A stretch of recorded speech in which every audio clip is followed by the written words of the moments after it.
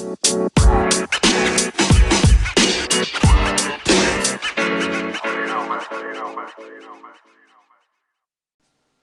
everyone, welcome back to 20-Minute Marketing. Hope you're all having a great day. We are recording this morning at 8:30 a.m. on a Monday, ready to get started and ready for the week. Today's guest is a very exciting guest. He's had a lot of experience in marketing in general, B2B, B2C, email, a lot of different things. His name's Michael.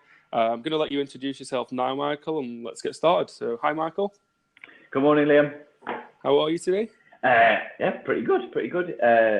Sun is shining. The clocks have gone back, and looking forward to the longer days. So yeah, about to get a little bit more sunshine, so that's that'll be good for everyone, I think. So if you don't mind, just give us a little bit of an introduction to yourself, sort of the companies that you've worked for, and then we'll move on after that. So I'm Michael Barber. I'm a chartered marketing professional. Been working in marketing now for just coming up to 15 years. Started my first role at Sage UK, FTSE 100 company, in a generalist B2B role, and started specialising in digital marketing way back in 2006. Worked through various different roles in that company, mainly focused on digital products or digital projects. Left there to work for a London-based startup in 2011. And then ended up working for an email marketing platform in 2012, where I was head of product and head of marketing services, so managing marketing teams delivering campaigns for some big brands. More recently, I was head of product for a behavioral marketing company, so a company that specializes in cart abandonment software. In between that and my current job, I also worked as head of marketing for a robotics company based in the northeast of England, and now I'm marketing director for an IT consultancy, so Praesto Consulting. We were just named just last week as the 28th fastest growing company or tech company in the north, and in that role as marketing director, I've got two remits. One is your standard business to business promotion, brand management, etc. And the second thing is, which is slightly more closely to my passion, is I manage a digital marketing practice. So I manage an area of the consultancy business that focuses on web optimization, conversion rate optimization, and personalization. So we work with a number of software vendors and a number of large clients in that area. So I'm sure, as you can all see, quite a wide range of experience. First of all, congratulations on the award. 28th fastest growing tech company is a huge achievement. There are plenty of tech companies across the country that I'm sure are fighting for a spot on that list. And then, we're going to move on to the main topic now and talk about sort of marketing in 2019. So stay tuned. We'll be back for the main segment.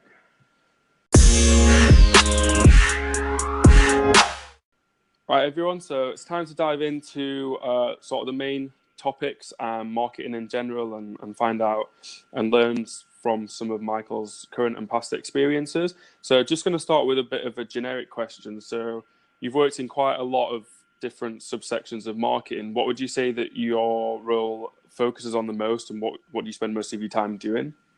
I guess most recently in previous roles and in my current role, I spend a lot of time looking at digital strategy and specifically looking at the areas of things like personalization. There's a lot of talk in the sort of digital marketing space about what personalization means, and at its most generic sense, it's about giving the right experience to the right customers. And a lot of organizations look to do this where they define customer in segments or in groups, or in classifications of customer type, and that's a great place to start. But where I focus a lot of my attention with the enterprise clients that I work with is about real one-to-one personalization, because that's the nirvana state, right? If you're an organization that you're working in e-commerce, or you're working in retail, you're in travel or standard sort of retail e-commerce, everyone holds up Amazon as this sort of bastion of one-to-one personalization. And yes, they do a very good job, but there's no reason why other organizations can't compete with them. And I think the main area that I focus on is helping organizations understand how the different parts of their marketing technology stack work, because that's the first stage on getting them to helping them understand how those technology products can work together. And I think this is a key thing about, so when Liam, when you gave the overview as to what this segment of the podcast is about, I think for me, there's an element of my description as to what I focus my time on and the consultancy practice that I run, which is really key to where I think marketing is going, which is marketing now in 2019 is as much about technology and software as it is about the core aspects of marketing, such as, you know, brand segmentation, proposition and messaging. And that's not to say that I think the technology is more important. Don't get me wrong. I think one of the people that I follow and I think talks a huge amount of sense about marketing is Mark Ritson, the guy who does the mini MBA through Marketing Week. And he regularly talks about why do brands say things like, well, we need a Facebook strategy. He says, you don't need a Facebook strategy, you need a marketing strategy, and you need to look at how to apply that through Facebook as a channel, as if it was, you know, 10 years ago, and you think about how to apply a marketing strategy to radio as a channel.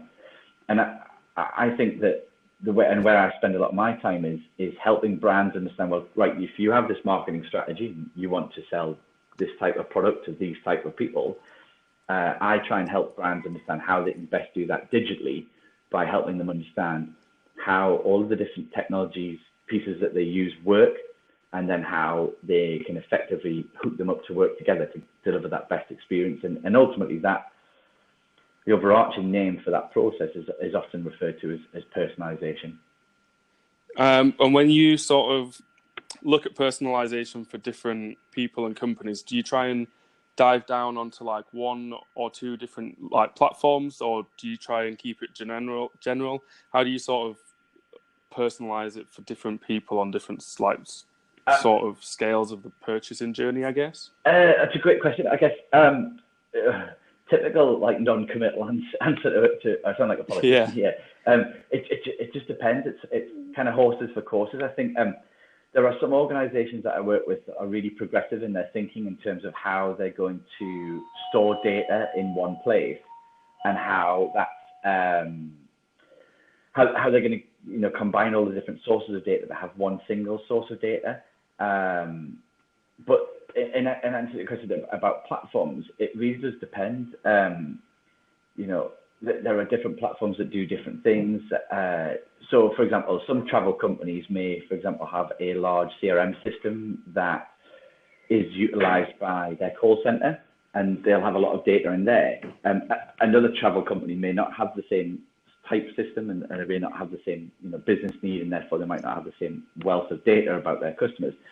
It really just depends. There's no sort of one size fits all. What I specialize in is that because I've worked across a broad spectrum of marketing technology platforms. So I've worked in email marketing, I've worked with SMS providers like yourself, I've worked with social media platforms, I've worked with e-commerce platforms, I've worked with CRM platforms, I've worked with data platforms, analytics. You know, I have a broad understanding of how all of these platforms work because of my software background.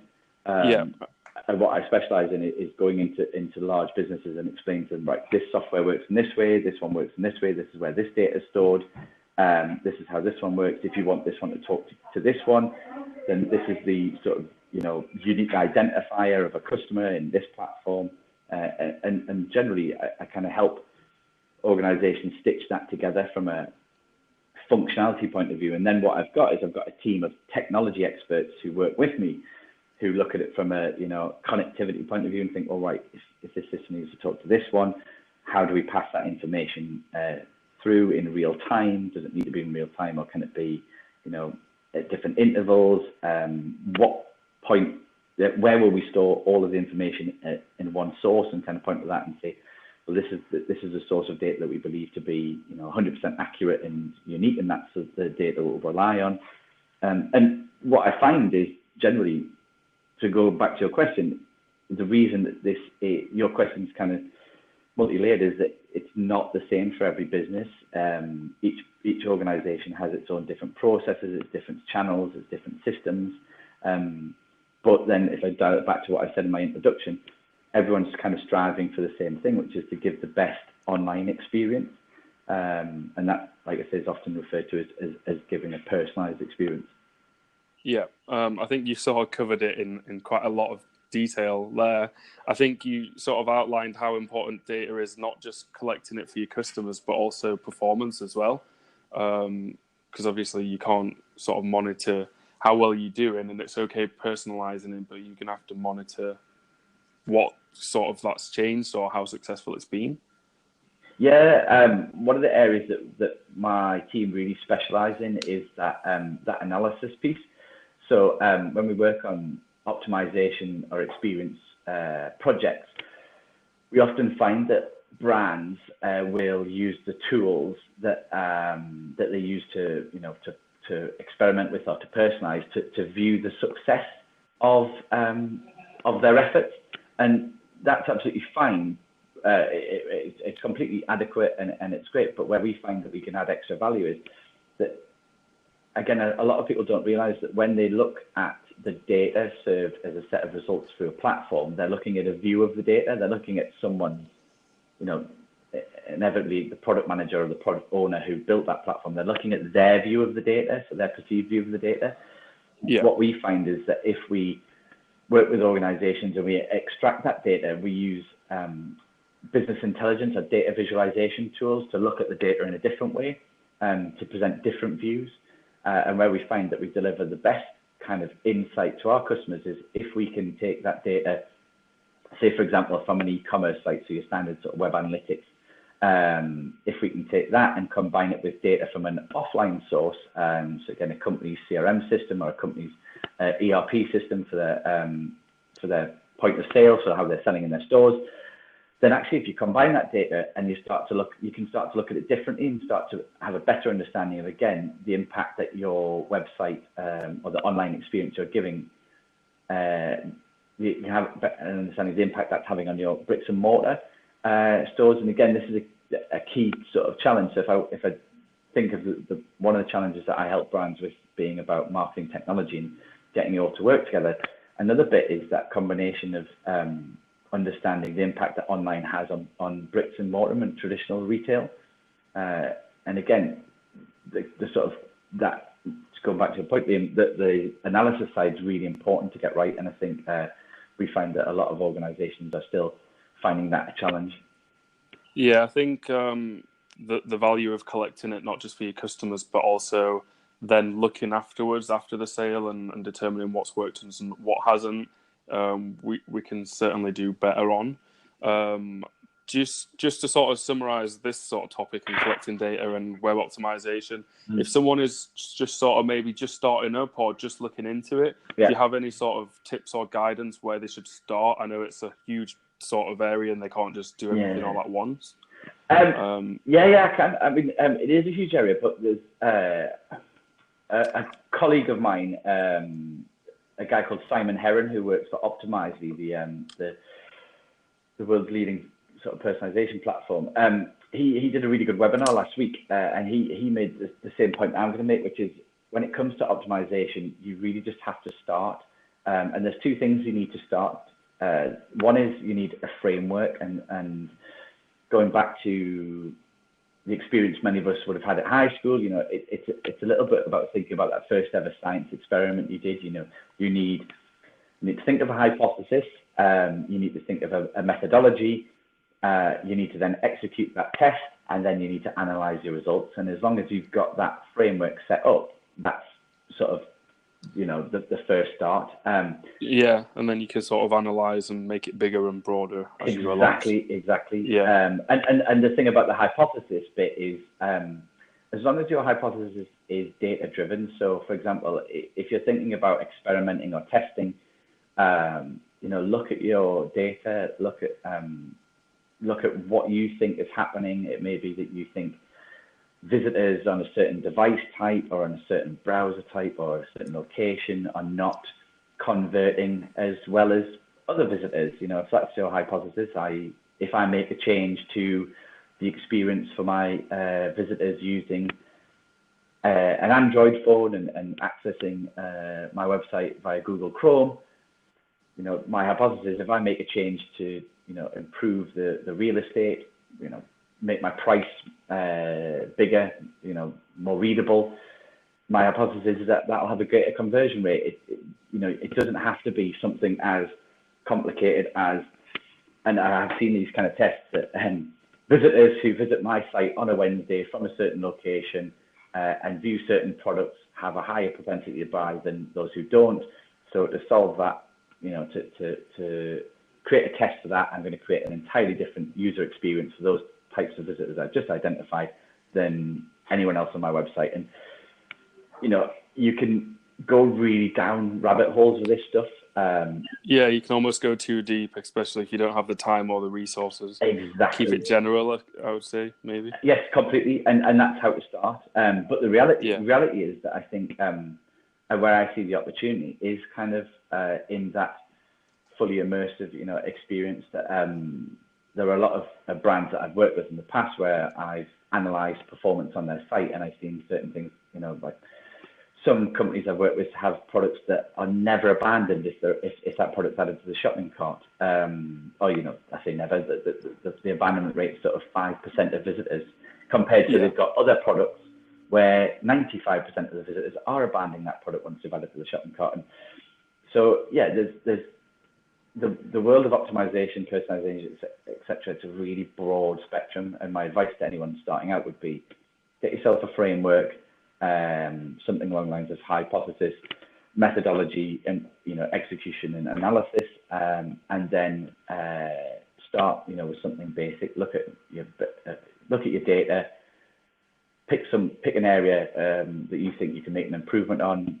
Make that improvement, run the test for a while, get a good volume of data and results so that you know that your test is valid, and then just keep going. And you know, that's how the people in this world that we laud as being great experimentalists, such as Amazon, that's how they started. So yeah, I think that's definitely a good sort of clear tip on how to get started and dive in. Just to keep it in the 20-minute framework, we are a little bit over, so probably already. Just going to move on to sort of one final topic, which hopefully you can just sort of give us a bit of a generic outcome and sort of tips on. But you've worked in email for various amount of companies and quite a few years now. Yes. Do you still think there's value in that, or do you think you've seen a little bit of a decrease in conversions, or is it still something that people should be looking at and using? I think I'm trying to think how many waves of email is dead I've been through in my career. Probably about about the third or fourth. I think email is still an incredibly cost-effective channel. I think if done correctly, it's without doubt one of the best digital marketing channels. I think the people who do it best are those who really focus on it, on giving the best experience through email. You know, the people who don't do the batch and blast, who don't do generic, you know, newsletters and generic communications. Again, go back to that concept of personalization. It's the organizations that really only send an email if they need to, and they only send them to their engaged customers. They don't send them to people who aren't engaged and who, you know, signed up 5 or 6 years ago, etc. I think in terms of email, there are some people doing some really cool stuff in email. So if you check out a company called Phrasee, P-H-A-R-S-E-E, these guys are applying artificial intelligence to email marketing as well as social media marketing, but they started as an email company. They do stuff like they will test multiple subject lines on a single email campaign. They'll run the campaign for a period of time. As the results start to define which subject line had the best open rate and the best click-through rates, then they'll start to optimize that. And they do that all through sort of a machine learning process. So again, when people say that email's dead, I point to people like Phrasee and say, well, look, these guys are, you know, if it is dead, which I totally deny, these guys are giving it a shot of adrenaline. So Yeah, they wouldn't be spending all the time and effort using email if it wasn't a platform that was going to work out for them. Exactly, and I think you've really got to be sensitive about these things, which is, let's be honest, there are certain channels such as some of the digital media, some of the social media channels that won't work for every organization. You know, personally, I don't think Twitter works that effectively for B2B. I think LinkedIn. I agree. LinkedIn's a brilliant platform, and that why would you spend anything other than your time if you're in B2B on anything other than LinkedIn? But then it's the same for email. So these guys are doing, you know, using artificial intelligence for mainly for consumer brands that, you know, people actually really want to engage with the emails. You know, if you're an organization and you've got to be honest with yourself. If your company and your product's not that engaging, then if you're thinking, oh, I'm going to get brilliant results from email, think again. You know, email is a great channel for the right brands with the right products and the right customer groups. So yeah. I think that's a nice way to sum it up, in that different platforms are going to work for different companies depending on where you are and your resources. Yeah, absolutely. So I think you've definitely given everyone, including myself, some insights, and I'm going to check out that email marketing companies, have a look at some of their designs, etc. And then stay with us, everyone. We'll just move on to some very quick graduate advice in topic 3.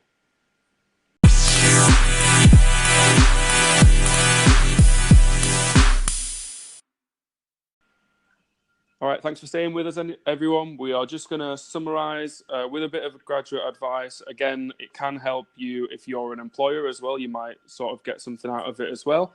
So first of all, Michael, do you have any sort of... I'll start again. What would you sort of look for in an interview besides technical knowledge or just qualifications if you were hiring a graduate or someone that just came out of university? I think... I've hired a lot of people who were recent graduates into different roles in various different companies. I look for two things. I look at the soft skills. So I look at whether this person can work in an office environment. You know, can they work in business? So if I put them in front of a customer, are they going to be able to talk coherently in a office environment? Are they going to be able to talk and communicate with their colleagues? Are they going to be able to, adjust to the world of work? And then the second bit is I just look at things like attitude and whether they've demonstrated through their life state, whether they've got the kind of right attitude to certain things. So do they show evidence of going over and above? So sometimes you can look at sort of academic qualifications and say, oh, well, clearly they've worked really hard to get that level of qualification. Other times it's things that they'll sort of say about their personal life or about things that they've done outside of academia or outside of any work they've had previously. So they're the two things I look at. Do I think that they can fit in the world of work, and do I think they've got the right attitude? Because you can teach anyone anything really, especially I found it in the past with graduates, if they've got the willingness and they've got the right attitude to learn and to progress themselves. Absolutely, yeah.